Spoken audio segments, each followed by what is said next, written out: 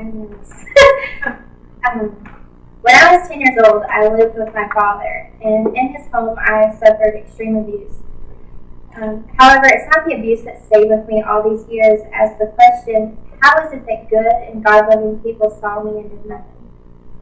The most painful memory of my life occurred a few days before my stepmother's murder and father's suicide. I ended up in the principal's office because I refused to dress out for gym, but the only reason was because the skin on my leg was attached to my jeans. The night before, my father had pushed me into a kerosene heater and burned my leg. The principal came out and began to reprimand me, saying, you will follow the rules of the school. I heard those words and something in me broke. I peeled my jeans down and screamed, I can't. The silence in that room is something I will never forget. Typewriters stopped, doors stood still, people froze.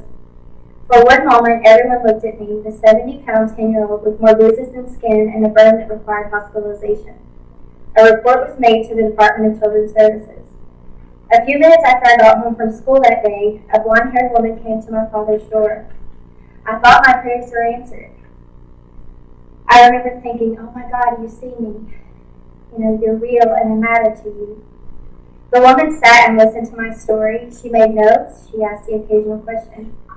She over and over again looked, and she saw me. I saw her see me. After some time, she got up and she walked out the door. She left me alone to pay for the crime of telling on my dad. She did not rescue me. She did not speak for me. She saw me and she did nothing. I remember walking to the door as she drove off and thinking that if God did exist, He certainly cared nothing for me. It is the prevention of this kind of moment that has been my life's focus. It has been my deepest heart's desire to give a voice to children just like me. This passion led to me becoming a therapeutic foster parent and to eventually adopt my daughter Jaylin in 2007. Like me, Jaylin suffered years of abuse and neglect in her birth home that's resulted in a host of mental health issues. My little girl is very sick. Not the kind of sick that people have fundraisers over or support group meetings for, but the kind of sick that people don't want to acknowledge exists. In April of 2011, Jaylin became so sick it was no longer safe for her to live home, so she was sent to Norris Academy. In a few more short months, despite no improvement in a recent suicide attempt, TennCare, not her doctors, decided she was ready to come home.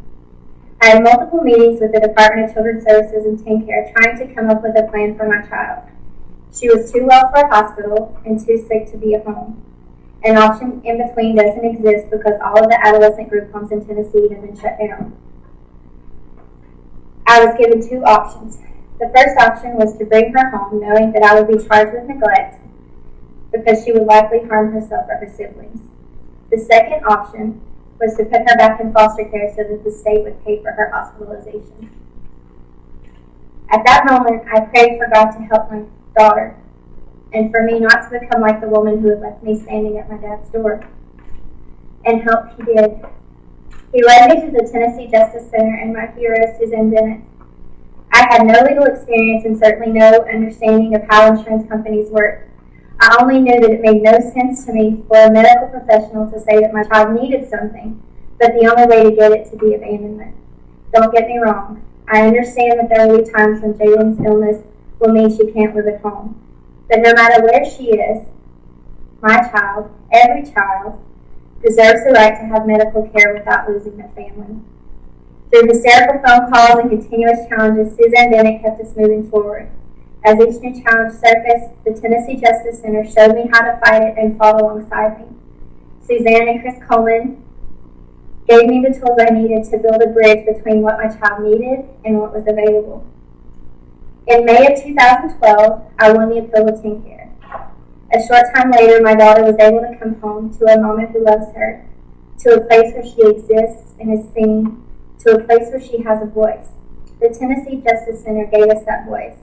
It's so fitting I'm here today because exactly a year ago this week, my daughter came home. A tragedy was avoided with my daughter, but she is not the only child, and I am not the only mother who is told she must choose between getting the medical care her child needs through abandonment to the state or watching them suffer without that care.